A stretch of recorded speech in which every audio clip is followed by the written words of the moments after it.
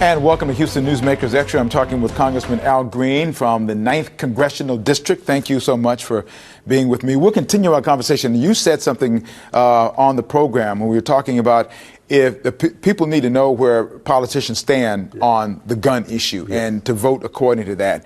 The midterms are, if you look at polls, the midterms could be really turbulent for Democrats specifically. What are your concerns about Republicans being able to take back the House and the gun issue being one of the issues that you would like people to focus on to make their decisions? Well, I do have a lot of concern because, quite candidly speaking, people are concerned about the stock market. That's important. But let me share this with you, my dear brother. The people that I represent are concerned about the supermarket. Those prices in the supermarket impact them on a daily basis. The prices at the gas station, they impact them on a daily basis. And while I understand, and we can message this as much as we like, people still suffer. We can talk about how it's the pandemic, and it was. People were locked up, and you have all of this demand, so they come out, they want to spend. But Republicans say it's Biden's policies are making this happen. You've heard that, They can say that. Let me give more information along what they're saying. They're saying that it's his policies, and it was when he and we decided that we were going to help people who needed their rent to be paid. We were going to make sure that mortgages were paid, that people were not evicted from their homes. When we were helping people who needed help, nobody was saying to us, don't help these people who need help because it's going to be a matter of inflation later on. The people who were receiving the help surely didn't say it. But now that we've gotten through that, and we had to get through it, and if it's having some adverse impact, it's something that I believe we have to tell people the truth about. We had to save this country. This is what government is for. When people are suffering, they didn't have jobs, they couldn't go to work. They had to stay home. So do we let them stay home and starve? That's why we had to send them some help. All of that was help. And that help, in my opinion, has not created the inflationary problems that we're seeing. But if they want to make that the argument, then my counter argument is going to be, ask those people who got that help if that was something we shouldn't have done. Mm-hmm. Ask them. Are you concerned about the reaction to people? Because we're still, by the time we get to the midterms, there's no telling where the gas prices will be. We're getting information on a regular basis on the inflation.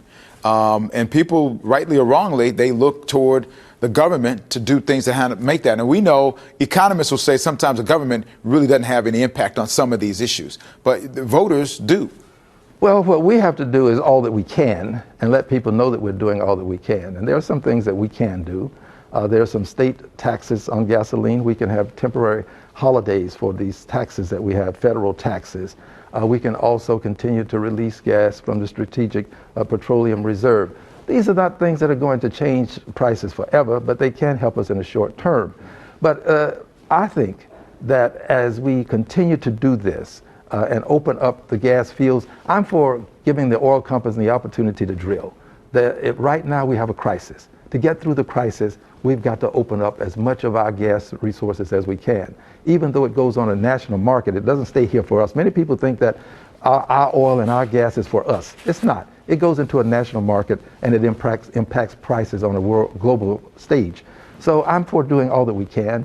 But in the final analysis, we'll get through it. It is tough because I represent people who look at the supermarket more so than the stock market. And I want to make sure that those prices come down. And for that to happen, the price of gas has to come down because everything moves with gasoline. Mm-hmm. It impacts all aspects of society. Looking back on the January 6th Commission report, they look at that and we know millions of people still believe that the former president's election was stolen, that it was stolen from him. And even with this congressional hearing, what do you think it's going to take to move the country beyond where it is now to an area where truth is more believable? Well, I mean, that's really that's a big answer. That's a big question. Well, I don't know that you are able to do it, but I'm ready to hear I'm ready to answer. Sage wisdom. I'm ready to answer. Okay. There is no one so blind as he who won't see. Not he who can't see, but he who chooses not to see. And if a person chooses not to see, it doesn't matter what you say to that person. They have chosen a certain set of facts that they would rather recognize than the truth. So you can't make people accept truth. It's written that you'll know the truth and the truth will set you free. But that means that you have to have an intimate relationship with the truth. And if you'll notice that in the Bible, Adam knew Eve. They had an intimate relationship, and as a result, they had a child. So you can't just hear the truth. You got to know it. And if you know it, it can set you free. But some people refuse to have a relationship with the truth. Then you can't make them have it. But here's what you can do. You can register more people to vote. You can make sure that the young people coming out of high school have the opportunity to experience truth. And then you have to go to the polls, and you have to go to the polls in larger numbers. There will always be people who are going to say, Jews will not replace us. But we have to stand against them. They are acting on an untruth about some replacement theory that doesn't exist. Who in their right mind believes that the Jewish community is trying to put black people in power to replace the white people that are in power now? Nobody believes that, but people who choose to have a reason to justify the hate in their hearts.